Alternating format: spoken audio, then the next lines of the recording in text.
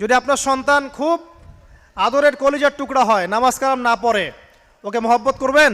ছোটবেলা থেকে নামাজের ট্রেনিং দিবেন। 10 বছর বয়স হয়ে গেছে, নামাজ পড়ে না, নবী করিম সাল্লাল্লাহু আলাইহি ওয়াসাল্লাম বলেছেন তাকে পিটাইতে হবে।